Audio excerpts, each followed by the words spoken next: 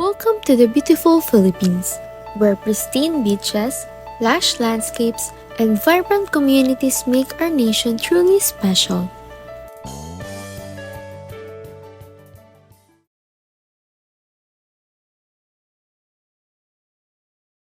But as we grow, so does our waste. It's time for a change. A change that not only benefits the environment, but also turns waste into wealth. Join us on a journey towards a circular economy.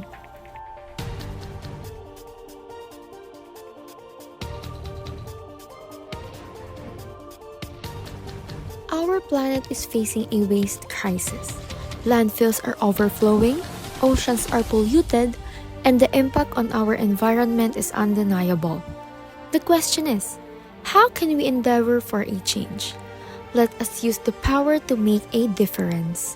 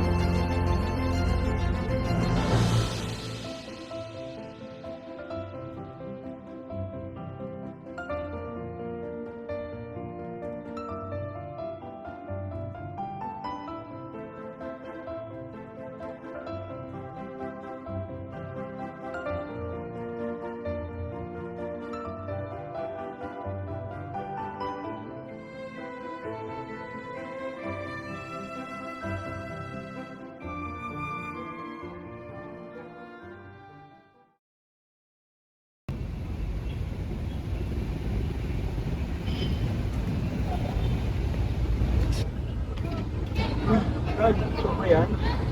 G, kumusta ka na? Ayos lang, ikaw, kumusta? Ito, ayos lang. Mabuti naman. Kumusta naman yung karinderya? Kasi pinapakain mo doon, libre pa. Dati, karinderya lang ang negosyo ko.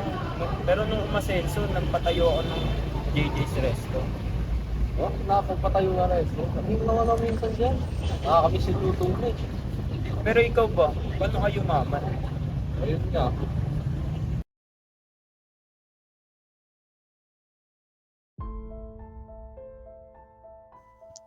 Ikwento ko na kung saan at paano nagsimula ang aking pag-asenso, sa lugar kung saan nagsimula ang aking inspirasyon, kung saan nagsimula ang aking pangarap.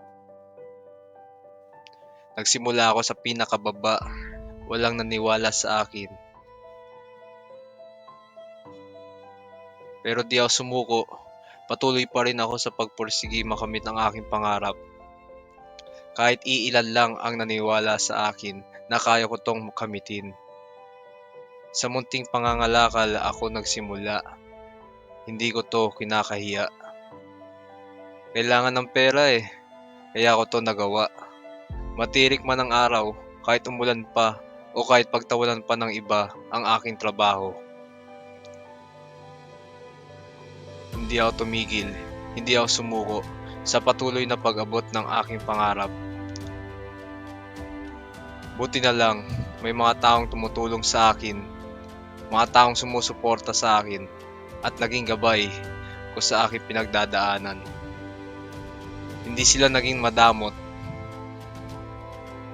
sa mga panahon na kailangan ko ng tulong. Kaya salamat, kayo ang mga taong nagbigay sa akin ng kumpiyansa na kaya ko to ipagpatuloy ang pag-abot ng aking pangarap.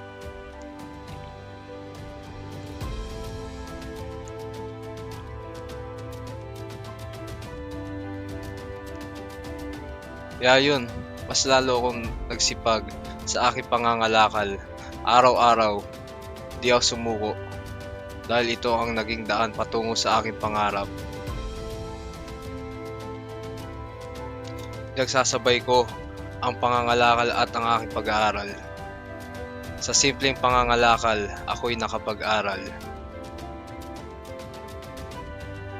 Hindi ako nahiya. Hindi ko kinakahiya ang aking trabaho. Tuloy pa rin ako sa kalakal habang sinasabay ang pag-aaral.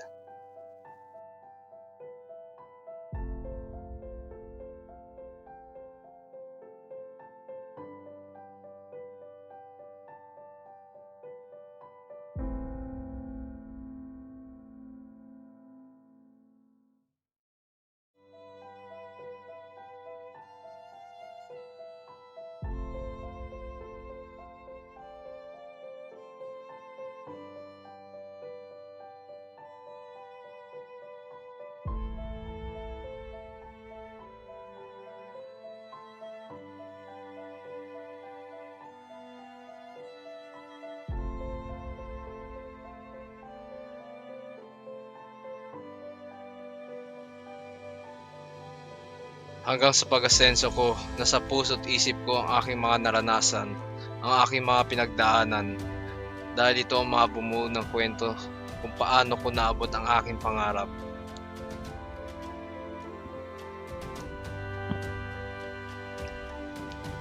Hindi ko kinalimutan kung saan nagsimula ang aking kwento, kung saan nagsimula ang aking inspirasyon, kung saan nagsimula ang aking pangarap.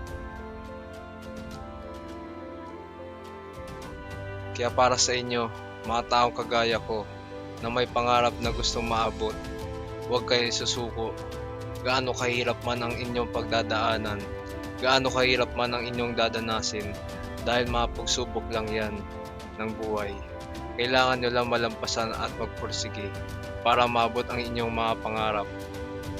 Ang pangangalakal ay hindi lang nakatulong sa akin, nakatulong din ito sa ating mundo. Dahil sa simpleng pagtapon at pag-recycle ng basura, malaking tulong na ito para sa ating mundo. Kaya tayo na iligtas natin ang mundo. Tayo magkaisa para sa ikabubuti ng ating mundo.